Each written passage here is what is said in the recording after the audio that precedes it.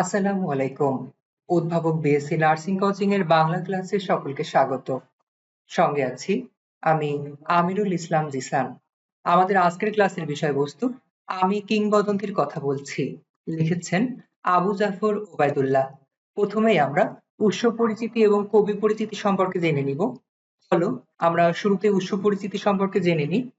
কবিতাটি আবু জাফর ওবায়দুল্লাহর বিখ্যাত কাব্যগ্রন্থ আমি কিংবদন্তির কথা বলছি কাব্যগ্রন্থের নাম কবিতা।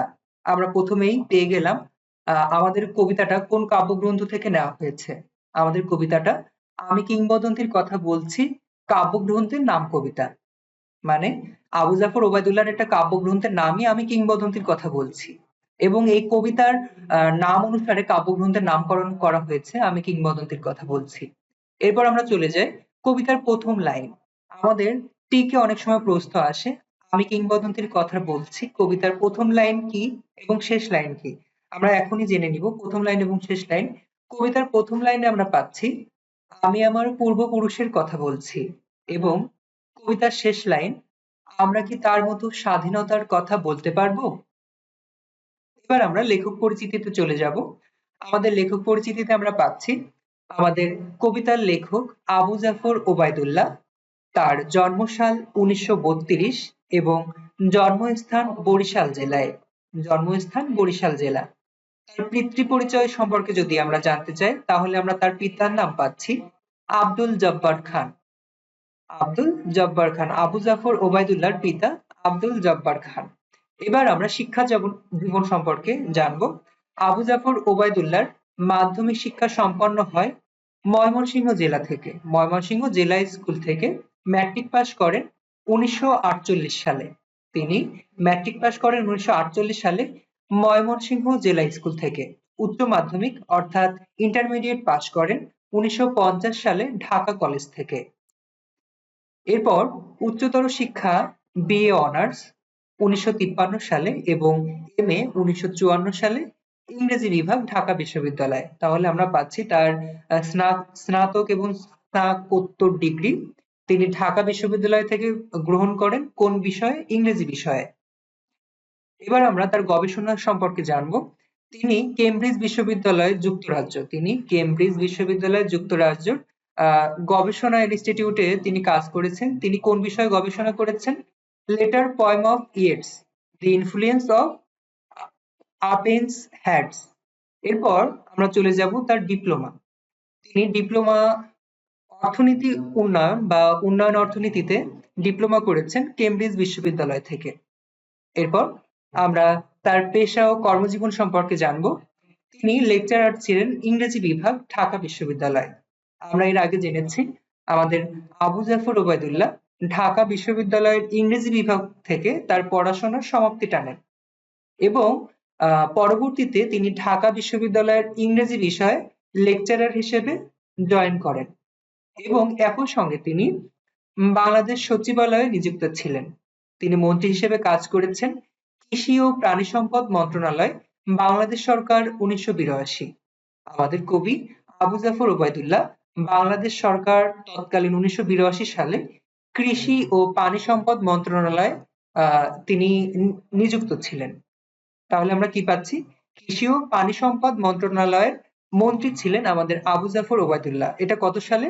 1982 সালে। এবং তিনি রাষ্ট্রদূত ছিলেন ওয়াশিংটন যুক্তরাষ্ট্র। তিনি একই সঙ্গে রাষ্ট্রদূতের দায়িত্ব পালন করেন ওয়াশিংটন যুক্তরাষ্ট্র। এরপর আমরা দেখতে পাচ্ছি তিনি তার কর্মজীবনে তার ব্যাপ্তি অনেক। তিনি মহাপরিচালকের দায়িত্ব পালন করেন এফএও এশিয়া প্যাসিফিক অঞ্চল। তিনি মহাপরিচালকের দায়িত্ব পালন করেন এফএও এশিয়া প্যাসিফিক অঞ্চল।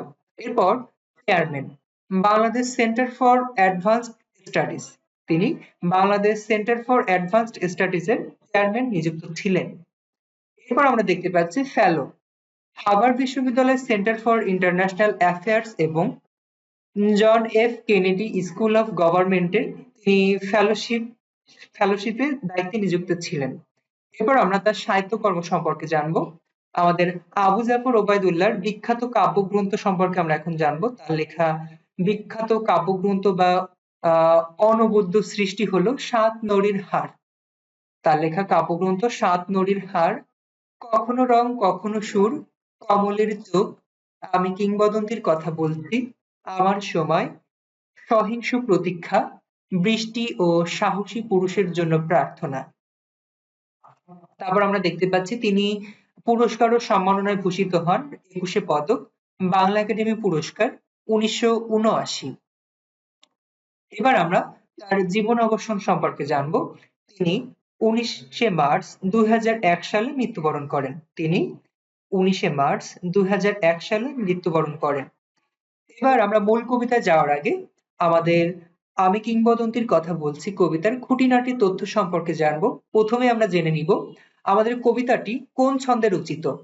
আমি কিংবদন্তির কথা বলছি কবিতাটি গদ্য ছন্দে রচিত এবং মোট লাইন সংখ্যা কত? ৬৮টি। আমাদের কবিতার মোট লাইন সংখ্যা ৬৮টি। এরপর আমাদের জানার আছে এই কবিতায় কোন শব্দ কতবার ব্যবহার হয়েছে। আমি কিংবদন্তির কথা বলছি কবিতায় কোন শব্দ কতবার ব্যবহার হয়েছে। কৃতদাস শব্দটি ২ বার ব্যবহার হয়েছে এবং আমি কিংবদন্তির কথা বলছি এই লাইনটি ২ বার ব্যবহৃত হয়েছে। তারপর আমরা পাচ্ছি রক্তজবা শব্দটি ৩ বার ব্যবহৃত হয়েছে এবং যে কবিতা শুনতে জানে না এই লাইনটি ব্যবহৃত হয়েছে ৯ বার। এবার আমরা শব্দ অর্থ সম্পর্কে জানবো। শব্দ অর্থের প্রথমেই পাচ্ছি কিংবদন্তি। আমাদের কবিতার নামই কিন্তু আমি কিংবদন্তির কথা বলছি। এই কিংবদন্তি শব্দের অর্থ কি? কিংবদন্তি শব্দের অর্থ হলো জনশ্রুতি। কিংবদন্তি শব্দের অর্থ হলো জনশ্রুতি। তারপর আমরা পাচ্ছি পিঠে রক্ত জবার মতো ক্ষত। পিঠে রক্ত জবার মতো ক্ষত, এই লাইনটা বা এই বাক্যের অর্থ কি? অর্থ হলো মানুষের উপর অত্যাচারের ইতিহাস তুলে ধরা হয়েছে এখানে। তার মানে পিঠে যে রক্ত জবার মতো ক্ষত ছিল এটি ছিল আমাদের পূর্বপুরুষ অর্থাৎ আমাদের ভারতবর্ষের পূর্বপুরুষের যে অত্যাচারিত হয়েছে সেই অত্যাচারিতের ইতিহাস তুলে ধরেছেন কবি। তারপর আমরা পাচ্ছি শাপদ। শাপদ অর্থ হিংস্র মাংসাশী শিকারী জন্তু। বিচলিত স্নেহ অর্থাৎ আপনজনের উৎকণ্ঠা। বিচলিত স্নেহ অর্থাৎ আপনজনের উৎকণ্ঠা। এবার আমি মূল কবিতায় যাওয়ার আগে তোমাদের বলে যেতে চাই আমাদের এই কবিতার মূল বিষয়বস্তু। আমি যে কবিতা পড়তে যাচ্ছি আমি কিংবদন্তির কথা বলছি, এই কবিতার মূল উপজীব্য বিষয় কি বা মূল বাণী কি, এই কবিতাটা দ্বারা আমাদের এক কথায় কি বোঝাতে চাচ্ছে সেটা আমাদের জানা দরকার। এই কবিতা দ্বারা আমরা জানতে পারবো বাঙালির হাজার বছরের ইতিহাস সম্পর্কে। আমি কিংবদন্তির কথা বলছি এই কবিতার দ্বারা আমরা বাঙালির হাজার বছরের ইতিহাস সম্পর্কে জানব। আমাদের কবিতার বিষয়বস্তু কি? আমাদের কবিতার বিষয়বস্তু হলো ইতিহাস ও ঐতিহ্য চেতনা। আমাদের কবিতার বিষয়বস্তু ইতিহাস ও ঐতিহ্য চেতনা। এখন আমরা মূল কবিতায় চলে যাব।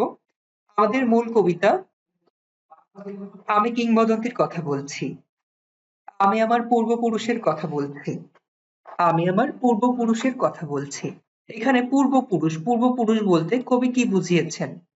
পূর্বপুরুষ বলতে কবি বংশের পূর্বতন পুরুষকে বুঝিয়েছেন। মানে আমাদের বর্তমান প্রজন্মের আগে যে আমাদের পূর্বপুরুষ ছিল, বাবার বাবা, তার বাবা, তার বাবা, এরকম ভাবে আমাদের বংশ বা আমাদের যে জন্ম, আমাদের সৃষ্টির সূচনা লগ্নকে বোঝানো হয়েছে।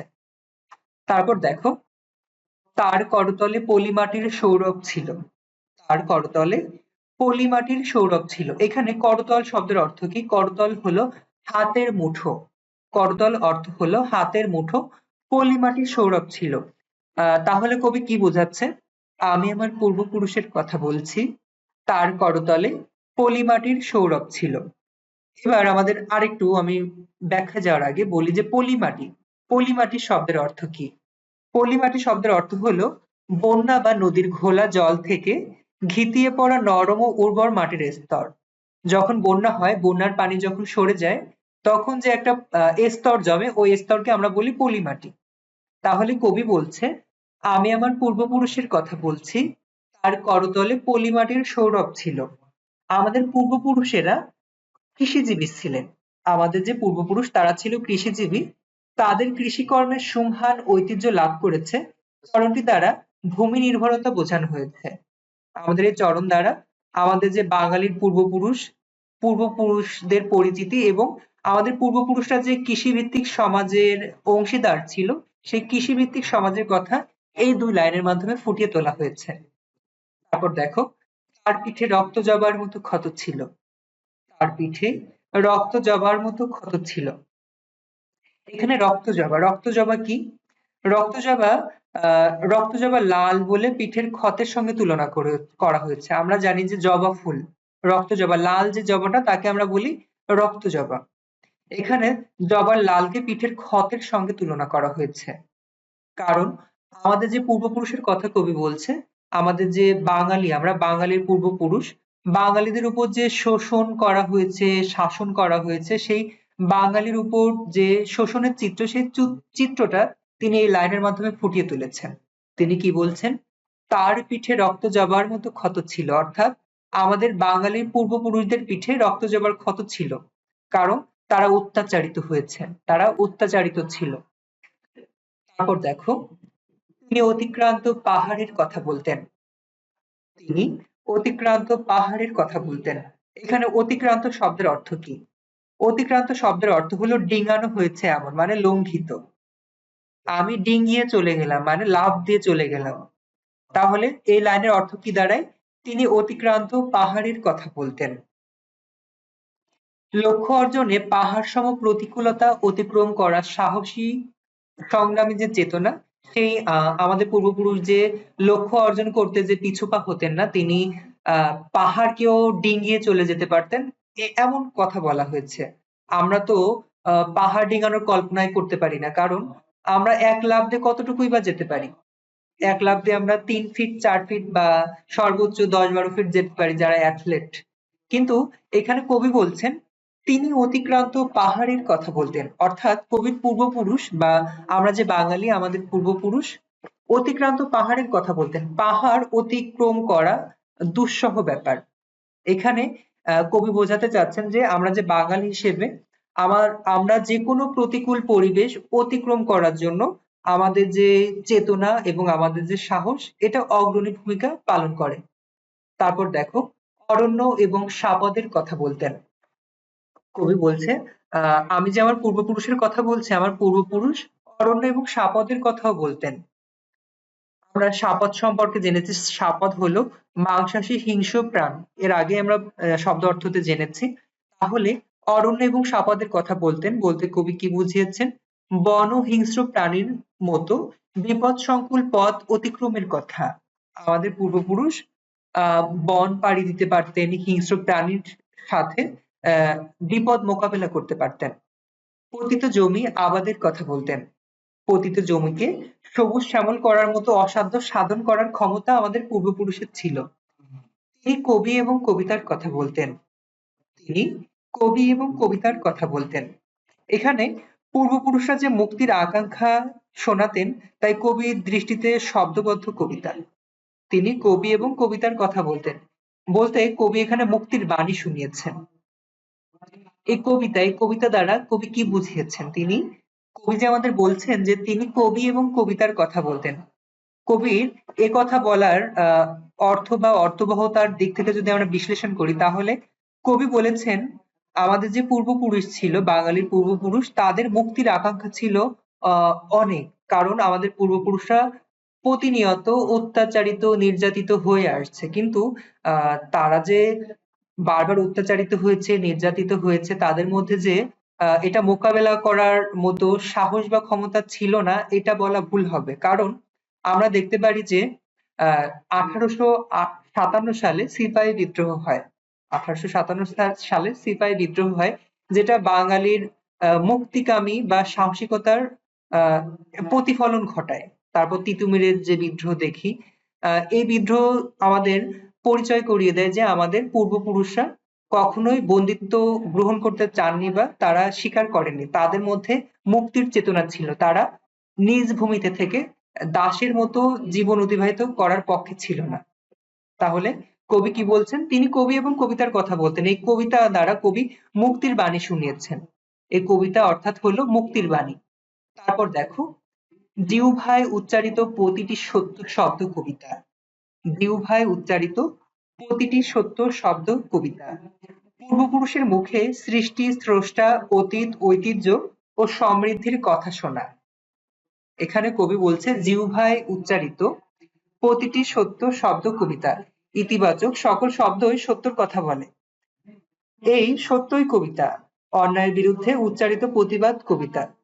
কবির উদ্দেশ্য বা কবির কথা কবি বোঝাতে চান যে আমাদের পূর্বপুরুষরা আহ, কখনো অন্যায়কে ন্যায় বলে মেনে নিতে পারেননি।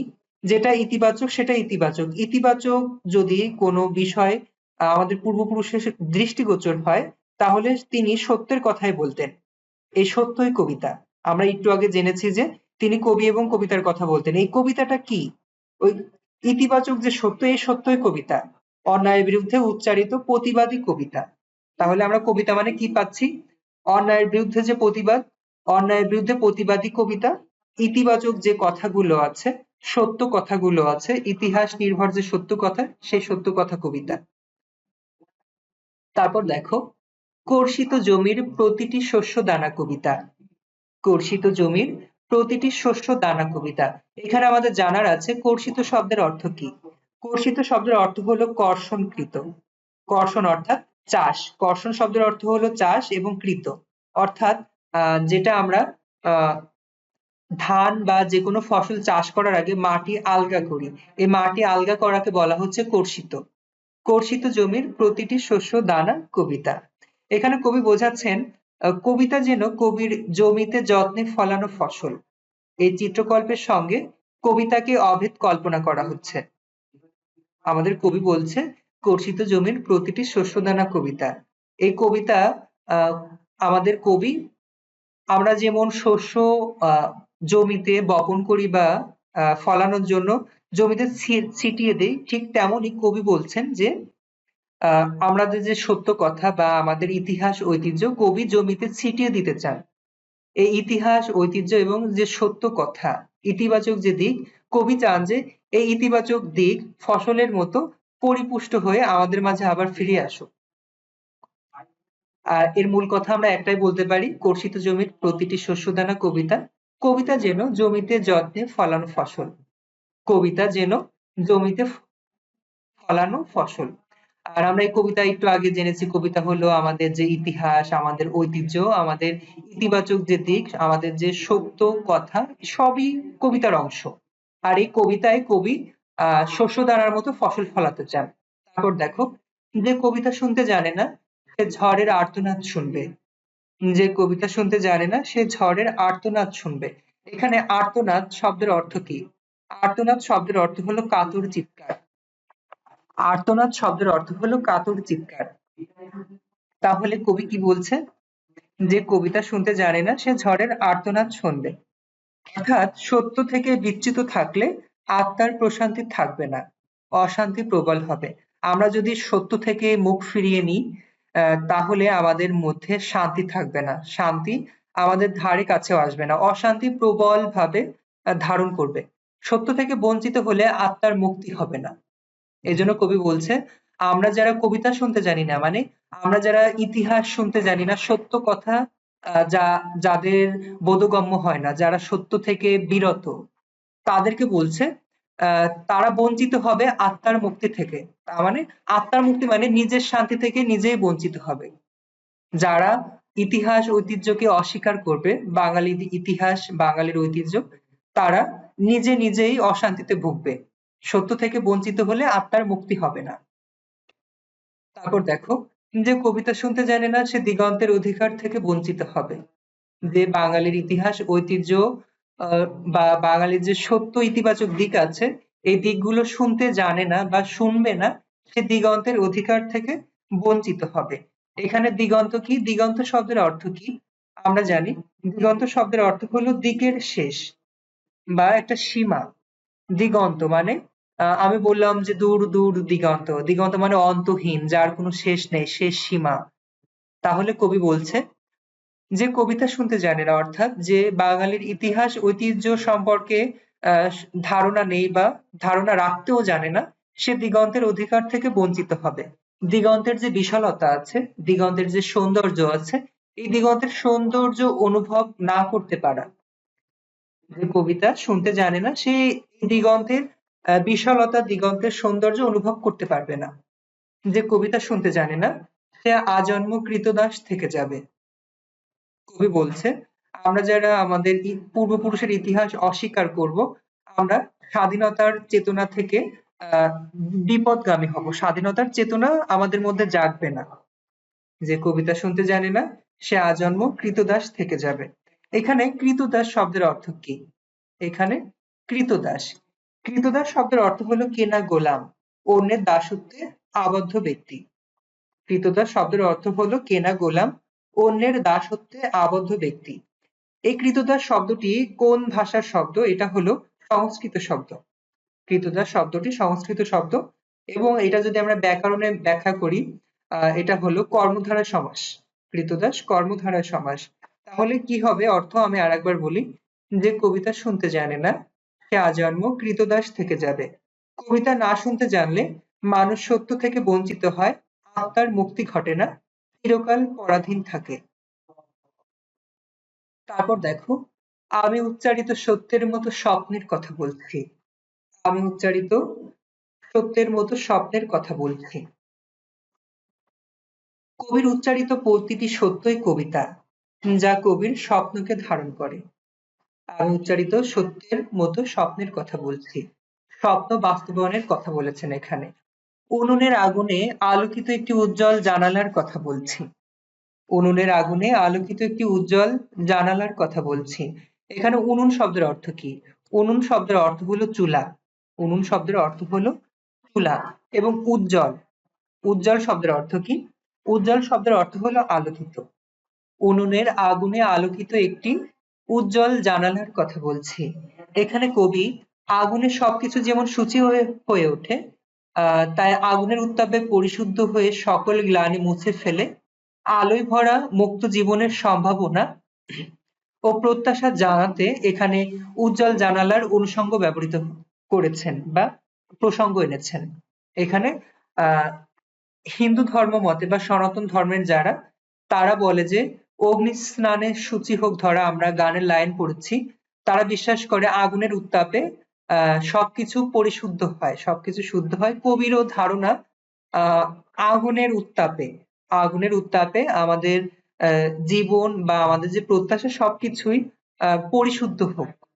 কবি বলছে উনুনের আগুনে আলোকিত একটি উজ্জ্বল জানালার কথা বলছি। কবি এখানে বোঝাতে চেয়েছেন আগুনে যেমন সবকিছু শুচি হয়, শুদ্ধ হয়, ঠিক তেমনি চুলার আগুনে সবকিছু সুন্দর হোক, শুদ্ধ হোক। শুদ্ধ হয়ে একটা জানালার কথা বলছে, উজ্জ্বল জানালা, যে জানালা দিয়ে আমি আমার ভবিষ্যৎ দেখতে পারি। এখানে কবি কবির আগামী প্রজন্মের কথা বলছে। কবি সবকিছু পরিশুদ্ধ করে একটু উজ্জ্বল জানালা, অর্থাৎ যে জানালা মেলে ধরলে, যে জানালা খুললে কবি কবির উজ্জ্বল ভবিষ্যৎ সম্পর্কে বা উজ্জ্বল ভবিষ্যৎ দেখতে পাবেন। এখানে আগুনের উত্তাপে পরিশুদ্ধ একটি মুক্ত জীবনের প্রত্যাশা কামনা করা হয়েছে।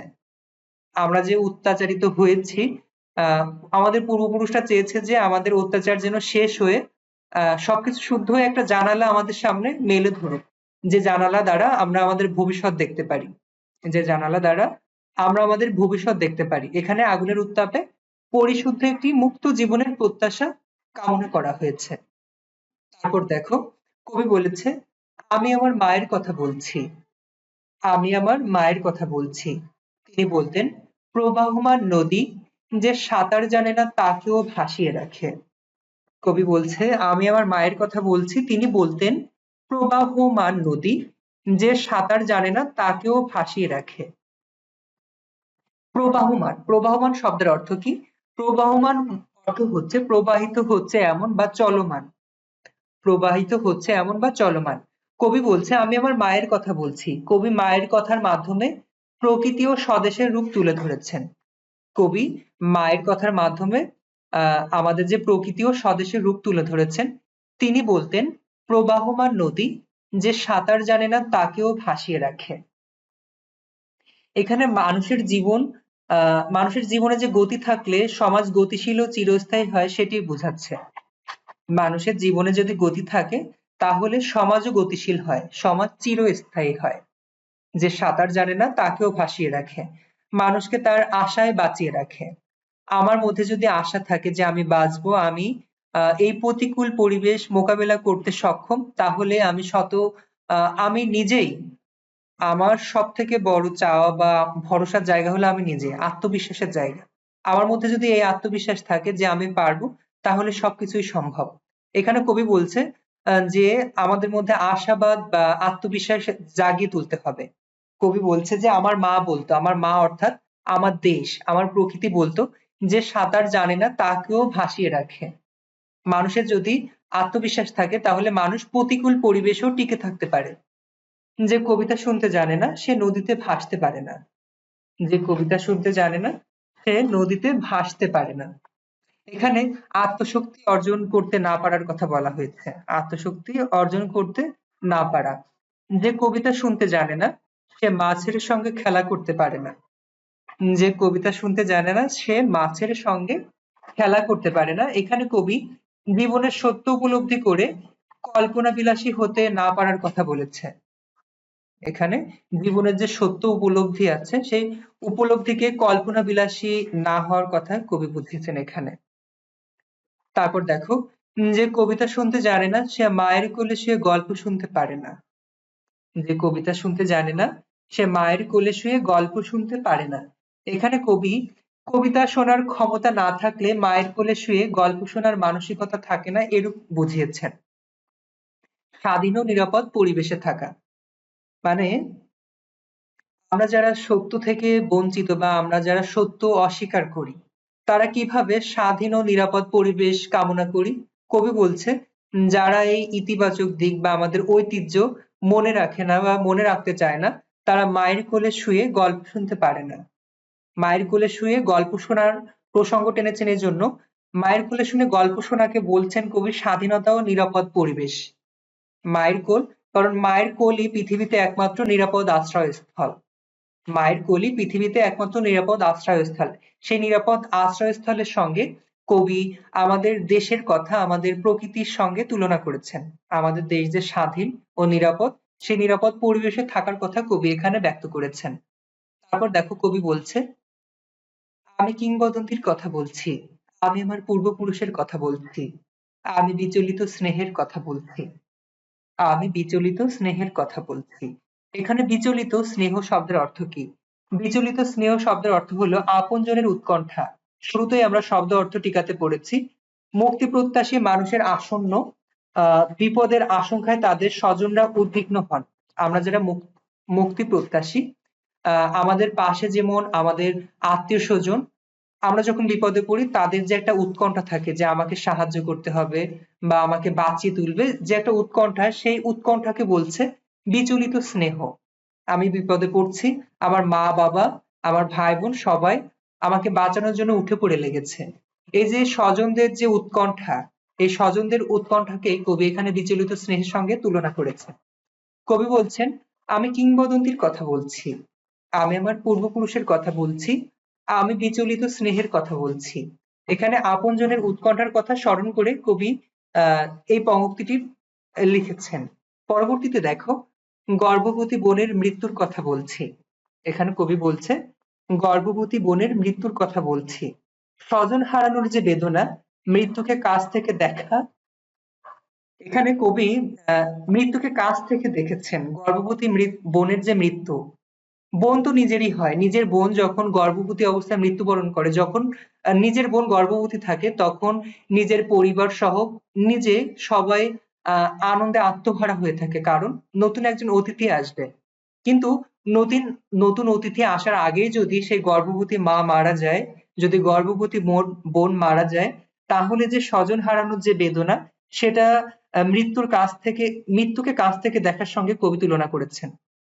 কারণ একটা নতুন অতিথি আসছে, নতুন অতিথি আসার আগেই একটি তরতাজা প্রাণ নিঃশেষ হয়ে যাচ্ছে। এখানে মানবিকতা বোধ, যে স্বজন হারানোর বেদনা, সেটি কবি তুলে ধরেছেন। মুক্তির জন্য তাদের অবদানের কথা স্মরণ করার কথা বলেছেন। এখানে আমাদের পূর্বপুরুষের যে আত্মত্যাগ, সেই পূর্বপুরুষের আত্মত্যাগের মাধ্যমে আমরা বর্তমানে এসে পৌঁছেছি। কবি সেই পূর্বপুরুষের আত্মত্যাগের সঙ্গে গর্ভবতী বোনের মৃত্যুর কথা তুলনা করেছেন। আমি আমার ভালোবাসার কথা বলছি, ভালোবাসা দিলে মা মরে যায়। আমি আমার ভালোবাসার কথা বলছি। ভালোবাসা দিলে মা মরে যায়। এখানে কবি বলছে আমি আমার ভালোবাসার কথা বলছি। এই ভালোবাসার কথা বলতে কবি বুঝিয়েছে দেশমাতৃকা বা দেশকে রক্ষার জন্য ভালোবাসা তুচ্ছ করে যুদ্ধে যাওয়া। ভালোবাসা বলতে কবি বুঝিয়েছে যে আমি আমার দেশকে ভালোবেসে আমি যুদ্ধে যেতে পারি। ভালোবাসা দিলে মা মরে যায়। এখানে ভালোবাসা দিলে মা মরে যায় বলতে কবি কি বুঝিয়েছেন? দেশকে যদি আমরা ভালোবাসি, দেশকে ভালোবেসে প্রাণ বিসর্জন দিলে সন্তানের শোকে মায়ের আত্মিক মৃত্যু ঘটে। কবি বলছে আমি আমার ভালোবাসার কথা বলছি, ভালোবাসা দিলে মা মরে যায়। শুধু ভালোবাসায় গণ্ডিবদ্ধ থাকলে মাকে হারাতে হয়, তাকে রক্ষা করতে ভালোবাসা ত্যাগ করতে হয়। আর ভালোবাসা দিলে মা মরে যায়, কারণ দেশকে ভালোবেসে যদি প্রাণ বিসর্জন দিই, দেশকে ভালোবেসে যদি আমি যুদ্ধে যাই, আমার প্রাণকে আমি উৎসর্গ করি, তাহলে এই যে আমি দেশের সন্তান, আমি দেশের সন্তান, এই সন্তানের শোকে মায়ের আত্মিক মৃত্যু ঘটে। আপনজনের ভালোবাসায় গণ্ডিবদ্ধ থাকলে দেশকে হারাতে হয়। তারপর দেখো, যুদ্ধ আসে ভালোবেসে, মায়ের ছেলেরা চলে যায়। যুদ্ধ আসে ভালোবেসে, মায়ের ছেলেরা চলে যায়। দেশকে রক্ষা করতে আপনজনের ভালোবাসা তুচ্ছ করে চলে যায়। আমি আমার ভাইয়ের কথা বলছি। এখানে কবি বলছে আমি আমার ভাই, কবির ভাই, কবির ভাইকে পূর্বপুরুষ। যে কবিতা শুনতে জানে না সে সন্তানের জন্য মরতে পারে না। যে কবিতা শুনতে জানে না সে সন্তানের জন্য মরতে পারে না। আমরা কবিতা বলতে কবি কি বুঝেছেন এর আগেও বলেছি যে কবি কবিতা বলতে আমাদের পূর্বপুরুষের যে ইতিহাস, ঐতিহ্য, ইতিবাচক দিক, যে চেতনা জাগ্রতর কথা সেটাই বুঝিয়েছে। বলছে যে কবিতা শুনতে জানে না সে সন্তানের জন্য মরতে পারে না। প্রিয়জনের যে সত্য সর্বোচ্চ বিসর্জন দেওয়া। সন্তান যে কবিতা শুনতে জানে না সে সন্তানের জন্য মরতে পারে না। আহ এমন কোনো বাবা-মা নেই যে তার সন্তানকে বাঁচাতে যে তার সর্বোচ্চ বিলীন করতে নারাজ। প্রত্যেক বাবা-মাই চায় যে আমার সন্তান যেন থাকে দুধে ভাতে। আর সন্তানকে দুধে ভাতে রাখার জন্য তারা আহ নিজের জীবনটাকেও বিসর্জন দিতে প্রস্তুত থাকে। এজন্য কবি বলছে যে কবিতা শুনতে জানে না সে সন্তানের জন্য মরতে পারে না। এখানে প্রিয়জনের সত্য সর্বোচ্চ বিসর্জন দেওয়ার কথা কবি উল্লেখ করেছেন। যে কবিতা শুনতে জানে না সে ভালোবেসে যুদ্ধে যেতে পারে না। যে কবিতা শুনতে জানে না সে সূর্যকে হৃৎপিণ্ডে ধরে রাখতে পারে না। যে কবিতা শুনতে জানে না সে সূর্যকে হৃৎপিণ্ডে ধরে রাখতে পারে না। এখানে সর্বশক্তির সামর্থ্য দিয়ে মুক্তির অনিবার্যতা হৃদয়ে ধারণ করতে না পারার কথা বলা হয়েছে। পৃথিবীর যাবতীয় শক্তির মূল উৎস হলো সূর্য। কবি যে বলছে যে যে কবিতা শুনতে জানে না সে সূর্যকে হৃৎপিণ্ডে ধরে রাখতে পারে না। এখানে কবি বলতে চেয়েছে পৃথিবীর যাবতীয় শক্তির মূল উৎস হলো সূর্য। তাই সূর্যের শক্তিকে হৃদয়ে ধারণ করতে পারলে যে কোনো লক্ষ্য অর্জন সহজ হয়ে ওঠে। কবির মতে কবিতার ভেতরেই লুকিয়ে থাকে সূর্য। তাই যে কবিতা শুনতে জানে তার ভেতরে অনায়াসে এই সূর্যের শক্তি তৈরি হয়।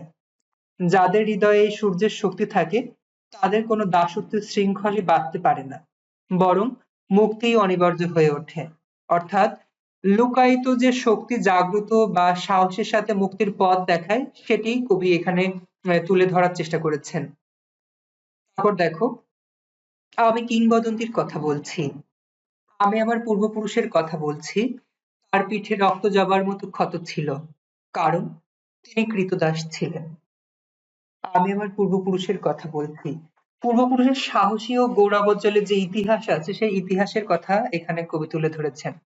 আমি আমার পূর্বপুরুষের কথা বলছি। পূর্বপুরুষের কথা বলতে এখানে কবির যে পূর্বপুরুষের যে ইতিহাস ছিল, গৌরবময় ইতিহাস, সেই গৌরব উজ্জ্বল ইতিহাসের কথা কবি এখানে ব্যক্ত করেছেন। তার পিঠে রক্ত জবার মতো ক্ষত ছিল, কারণ তিনি কৃতদাস ছিলেন। আমরা এর আগে জেনেছি যে রক্ত জবার মতো ক্ষত অত্যাচারিত হওয়ার কথা। কারণ আমাদের পূর্বপুরুষরা কৃতদাস ছিল। কৃতদাস মানে কি? কেনা গোলাম। কৃতদাস মানে কেনা গোলাম। আমাদের পূর্বপুরুষরা গোলাম ছিল, তারা কৃতদাস ছিল। এজন্যই তাদের পিঠে রক্ত জবার মতো ক্ষত ছিল। এজন্যই তারা অত্যাচারিত হয়েছেন। তারপর দেখো, যে কর্ষণ করে শস্যের সম্ভার তাকে সমৃদ্ধ করবে। যে কর্ষণ করে শস্যের সম্ভার তাকে সমৃদ্ধ করবে। কর্ষণ মানে কর্ষিত করা, কর্ষিত করা বা চাষ করা, মাটি আলগা করা। যে কর্ষণ করে শস্যের সম্ভার। সম্ভার শব্দের অর্থ কি? সম্ভার শব্দের অর্থ হলো দ্রব্য সামগ্রী বা উপকরণ। তাহলে অর্থ কি দাঁড়ায়? যে কর্ষণ করে শস্যের সম্ভার তাকে সমৃদ্ধ করবে। পরিশ্রম করলে তার ফল অবশ্যম্ভাবী, বা পরিশ্রম যে করে তার ফল সে অবশ্যই পাবে। তারপর দেখো, যে মৎস্য পালন করে প্রবাহমান নদী তাকে পুরস্কৃত করবে। যে মৎস্য পালন লালন করে প্রবাহমান নদী তাকে পুরস্কৃত করবে। এখানে কবি শস্যের সম্ভার ও নদীর যে পুরস্কার আমাদের জানিয়ে দেয় বাংলার প্রকৃতির ধন প্রাচুর্য, পিতৃপুরুষের সমৃদ্ধি। এখানে কবি একটু আগে বলেছে যে শস্যের সম্ভার, এবং পরবর্তীতে বলেছে যে প্রবাহমান নদী আমাদের পুরস্কৃত করবে। আমাদের বাংলা যে আহ যে প্রাকৃতিক যে ধন সম্পদে পরিপূর্ণ, এখানে সেটি তুলে ধরেছেন। আমাদের বাংলার মাটিতে যেটাই ফেলা হোক, যেটাই চাষ করা হোক, সেটাই সোনা রূপে ফলে, এবং আমাদের বাংলার যে নদ নদী নালা আছে সেখানে পর্যাপ্ত পরিমাণ আমরা মৎস্য পেয়ে থাকি। কবি বলছে শস্যের সম্ভার ও নদীর শস্যের সম্ভার এবং নদী যেমন পুরস্কৃত করে, আমরা যদি কষ্ট করি তাহলে আমাদের এর পারিশ্রম বা এর যে ফল, এটা আমরা অবশ্যই পাবো। যে গভীর পরিচর্যা করে জননীর আশীর্বাদ তাকে দীর্ঘায়ু করবে। যে গাভীর পরিচর্যা করে জননীর আশীর্বাদ তাকে দীর্ঘায়ু করবে। এখানে পরিচর্যা, পরিচর্যা শব্দের অর্থ কি? পরিচর্যা শব্দের অর্থ হলো পরিচর্যা শব্দের অর্থ হলো সেবা বা শুশ্রূষা। পরিচর্যার শব্দের অর্থ হলো সেবা বা শুশ্রূষা। কবি বলছে যে গাভীর পরিচর্যা করে জননীর আশীর্বাদ তাকে দীর্ঘায়ু করবে। অর্থাৎ গাভী যে দুধ দেয়, যে গরু, যদি গরুর আমি সেবা করি, শুশ্রূষা করি বা যত্ন নিই, তাহলে সেই গাভী তো আমাকে অবশ্যই আহ আমাকে দুধ দিয়ে বা অন্য বাচ্চা দিয়ে আমাকে আশীর্বাদে দীর্ঘায়ু করবে। এটা তো স্বাভাবিক। আমি একটা জিনিসের পরিচর্যা করছি, সে আমাকে এর বিপরীতে কিছু দিবে, প্রতিদান অবশ্যই দিবে। প্রাণের ও প্রকৃতির যে পরিচর্যা, সেই প্রাণ এবং প্রকৃতির পরিচর্যার কথা এখানে কবি ফুটিয়ে তুলেছেন। যে লৌহখণ্ডকে প্রজ্বলিত করে ইস্পাতের তরবারি তাকে সশস্ত্র করবে। যে লৌহখণ্ডকে প্রজ্বলিত করে ইস্পাতের তরবারি তাকে প্রশস্ত করবে। লৌহখণ্ডকে প্রজ্বলিত করা শব্দের অর্থ কি? এখানে যুদ্ধের সংকেতকে বোঝানো হয়েছে, এখানে যুদ্ধের সংকেত। তারপর দেখো, আহ বলেছে ইস্পাতের তরবারি তাকে সশস্ত্র করবে। এখানে ইস্পাত, ইস্পাত শব্দের অর্থ কি? ইস্পাত শব্দের অর্থ হলো অঙ্গারক বা কঠিনকৃত লোহা। ইস্পাত অর্থ লোহা, এক ধরনের লোহা যেটা খুবই কঠিন ধাতু দ্বারা তৈরি। তারপর তরবারি, তরবারি শব্দের অর্থ কি? তরবারি শব্দের অর্থ হলো তলোয়ার বা ওসি। আমরা তরবারি মানে জানি যে তলোয়ার, যুদ্ধে ব্যবহৃত হয়। তাহলে আমরা কি পাচ্ছি? যে লৌহখণ্ডকে প্রজ্বলিত করে ইস্পাতের তরবারি তাকে সশস্ত্র করবে। তার মানে আমরা যদি আহ তরবারি তৈরি করতে পারি বা তরবারির সঠিক ব্যবহার করতে পারি, তাহলে আমাদের যে সামরিক শাসনে আমরা জয়ী হব। তারপর দেখো, দীর্ঘদেহ পুত্রগণ, দীর্ঘদেহ পুত্রগণ। এখানে বাঙালি যে আমরা যে বাঙালি আমাদের জাতি, সেই বাঙালি জাতিকে উদ্দেশ্য করে বলা হয়েছে হে বাংলার বলিষ্ঠ সন্তান, দীর্ঘদেহ পুত্রগণ, অর্থাৎ বাংলার বলিষ্ঠ সন্তান, আমি তোমাদের বলছি। আমি আমার মায়ের কথা বলছি, বোনের কথা বলছি, ভাইয়ের যুদ্ধের কথা বলছি, আমি আমার ভালোবাসার কথা বলছি, আমি কবি এবং কবিতার কথা বলছি। সশস্ত্র সুন্দরের অনিবার্য অভ্যুত্থান কবিতা। কবি এখানে বলছে হে দীর্ঘদেহ পুত্রগণ, বাঙালি জাতিকে উদ্দেশ্য করে বলছে, বাংলার বলিষ্ঠ সন্তানেরা শোনো, আমি তোমাদের বলছি, আমি আমার সন্তানের কথা, আমি আমার মায়ের কথা বলছি, বোনের মৃত্যুর কথা বলছি, ভাইয়ের যুদ্ধের কথা বলছি, আমি আমার ভালোবাসার কথা বলছি, আমি কবি এবং কবিতার কথা বলছি। সশস্ত্র সুন্দরের অনিবার্য অভ্যুত্থান কবিতা। এখানে কবি বলছে কবির পরবর্তী প্রজন্মের কাছে কবি বাঙালি জাতির আত্মত্যাগের ইতিহাস বর্ণনা করেছেন। কবির এতক্ষণ আমরা কবিতায় আমরা জেনেছি যে মা মারা যাচ্ছে, বোন মারা যাচ্ছে, গর্ভবতী বোন মারা যাচ্ছে, যুদ্ধে ভাই যাচ্ছে, যুদ্ধে ভাইও মারা যাচ্ছে। এখানে কবির যে ভালোবাসার কথা বলছে, কবি ভালোবেসেছে, কবির ভালোবাসাও উৎসর্গ করছে কবি দেশের জন্য। কবি কবিতার কথা বলছে, কবির কথা বলছে। এগুলো কেন বলছে? কারণ আগামী প্রজন্ম যেন এগুলো সম্পর্কে জানতে পারে, ইতিহাস ঐতিহ্য সম্পর্কে যেন আমাদের ধারণা থাকে, আমরা যেন সত্য জানি। সত্য জানি, এই সত্যকে এই কবি কবিতা রূপক অর্থে ব্যবহার করেছেন। সত্য অর্থাৎ কবিতা, ইতিহাস ঐতিহ্য রূপক অর্থে কবিতা। তারপর দেখো সুপুরুষ ভালোবাসার সুকণ্ঠ সঙ্গীত কবিতা, জিহ্বায় উচ্চারিত প্রতিটি মুক্ত শব্দ কবিতা। কবিতা হলো আত্মার মুক্তি দেখায়, রক্তজবার মতো প্রতিরোধে উচ্চারণ কবিতা, রক্তাক্ত প্রতিরোধী মুক্তি অর্জনের পূর্বশর্ত। আমরা কি তার মতো কবিতার কথা বলতে পারবো? আমরা কি তার মতো স্বাধীনতার কথা বলতে পারবো? এখানে পরবর্তী প্রজন্মের কাছে জানতে চান কবি পরবর্তী প্রজন্মের কাছে জানতে চান আমরা কি কবির পূর্বপুরুষদের মতো সত্য ও অধিকার আদায়ের জন্য সংগ্রাম করতে পারবো কিনা। কবি আমাদের কাছে জানতে চাচ্ছে আমাদের পূর্বপুরুষেরা, বাঙালির যে সমৃদ্ধ ইতিহাস আছে, আমাদের পূর্বপুরুষ আছে, তারা যে আহ তাদের জাতি বা দেশ বা নিজেরা টিকে থাকার জন্য যে আত্মত্যাগ করেছেন, পরবর্তী প্রজন্ম কি আমাদের পূর্বপুরুষের মতো এরূপ আত্মত্যাগ করতে পারবে? এটা কবির সংশয়, এখানে কবির সংশয় প্রকাশ পেয়েছে। পরবর্তী প্রজন্ম কি আমাদের পূর্বপুরুষের ঐতিহ্য ধরে রাখতে পারবে? কবি এখানে সংশয় প্রকাশ করেছেন। এর মাধ্যমে আমাদের যে পাঠ্য বইয়ের যে কবিতা ছিল আমি কিংবদন্তির কথা বলছি এখানে শেষ হয়। এই কবিতাটা আরো দীর্ঘ একটি কবিতা, তবে আমাদের ইন্টারমিডিয়েটের যে পাঠ্যপুস্তক আছে এই পাঠ্যপুস্তকে সংক্ষেপে তুলে ধরা এই পর্যন্তই আমরা এই পর্যন্ত কবিতার ব্যাখ্যা সম্পর্কে জানলাম। এবার আমি কিংবদন্তির কথা বলছি, কবিতার গুরুত্বপূর্ণ গুরুত্বপূর্ণ কিছু তথ্য সম্পর্কে আমরা জানবো। এই কবিতা থেকে গুরুত্বপূর্ণ কিছু তথ্য জানবো। এই তথ্যের মধ্যে থেকে আমাদের এমসিকিউ বা সংক্ষিপ্ত প্রশ্ন আমরা পেয়ে থাকি। দেখো প্রথমেই আমরা পাচ্ছি কবির পূর্বপুরুষের পিঠে ক্ষত ছিল, কিসের মতো ক্ষত ছিল? রক্ত জবার মতো ক্ষত ছিল। কবির পূর্বপুরুষ বলতেন, কি বলতেন? অতিক্রান্ত পাহাড়ের কথা, অরণ্য সাপদের কথা, পতিত জমি আবাদের কথা এবং কবি ও কবিতার কথা। জিহ্বায় উচ্চারিত প্রতিটি সত্য শব্দ কি? কবিতা। তারপর দেখো কর্ষিত জমির প্রতিটি শস্য দানা কি? কবিতা। যে কবিতা শুনতে জানে না সে ঝড়ের আর্তনাদ শুনবে। যে কবিতা শুনতে জানে না সে কি শুনবে? ঝড়ের আর্তনাদ শুনবে। কেউ কবিতা শুনতে না জানলে সে দিগন্তের অধিকার থেকে বঞ্চিত হবে। কেউ যদি কবিতা শুনতে না জানে তাহলে সে দিগন্তের অধিকার থেকে বঞ্চিত হবে, সে আজন্ম ক্রীতদাস থেকে যাবে। কেউ যদি কবিতা শুনতে না জানে তাহলে সে আজন্ম ক্রীতদাস থেকে যাবে এবং সে দিগন্তের অধিকার থেকে বঞ্চিত হবে। তারপর দেখো যে কবিতা শুনতে জানে না সে নদীতে ভাসতে পারে না, মাছের সাথে খেলা করতে পারে না, মায়ের কোলে শুয়ে গল্প শুনতে পারে না। কবি কথা বলেছে কিংবদন্তির পূর্বপুরুষের বিচলিত স্নেহের, গর্ভবতী বোনের, ভালোবাসার এবং ভাইয়ের। মা মরে যায় কিভাবে? মা মরে যায় ভালোবাসা দিলে। তারপর দেখো ভালোবেসে কি আসে? ভালোবেসে যুদ্ধ আসে। কবির পূর্বপুরুষের পিঠে রক্ত জবার মতো ক্ষত থাকার কারণ কি ছিল? কারণ তারা ক্রীতদাস ছিল। কবির পূর্বপুরুষের পিঠে রক্ত জবার মতো ক্ষত ছিল, কেন ছিল? কারণ তারা ক্রীতদাস ছিলেন।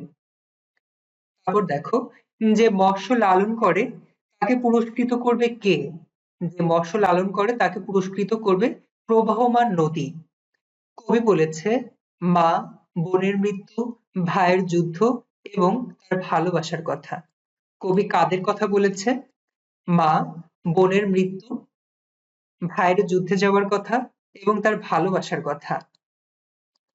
তারপর দেখো আমি কিংবদন্তির কথা বলছি। কবিতার চরণ সংখ্যা কতটি? কবিতার চরণ সংখ্যা ৬৮টি। আমি আমার পূর্বপুরুষের কথা বলছি, চরণটি আছে কতবার? ৩ বার। আমি কিংবদন্তির কথা বলছি, চরণটি আছে ২ বার। আমি আমার মায়ের কথা বলছি, চরণটি আছে ২ বার। কবি এবং তার পূর্বপুরুষের দুজনেই কবি এবং কবিতার কথা বলেছেন। কবি এবং তার পূর্বপুরুষ উভয়ে কিসের কথা বলেছেন? কবি এবং কবিতার কথা বলেছেন। তারপর দেখো, কবিতাটি নেওয়া হয়েছে কোথা থেকে বা কোন কাব্যগ্রন্থ থেকে? আমি কিংবদন্তির কথা বলছি কবিতাটি নেওয়া হয়েছে। এটি আমি কিংবদন্তির কথা বলছি কাব্যগ্রন্থ থেকে নেওয়া হয়েছে। এটি হলো আমি কিংবদন্তির কথা বলছি কাব্যগ্রন্থের নাম কবিতা। তারপর দেখো, আমি কিংবদন্তির কথা বলছি কবিতার প্রথম লাইনে বলেছেন কার কথা? কবিতার প্রথম লাইনে কবি বলেছেন তার পূর্বপুরুষের কথা। কবির পূর্বপুরুষের করতলে সৌরভ ছিল। কিসের সৌরভ ছিল? পলিমাটির সৌরভ ছিল। এই ছিল আজকে আমাদের আমি কিংবদন্তির কথা বলছি কবিতার সংক্ষেপে ব্যাখ্যা এবং কবিতার খুঁটিনাটি তথ্য সম্পর্কে আলোচনা করার চেষ্টা করেছি। এতক্ষণ আমার ক্লাসে থাকার জন্য সকলকে আবারও ধন্যবাদ।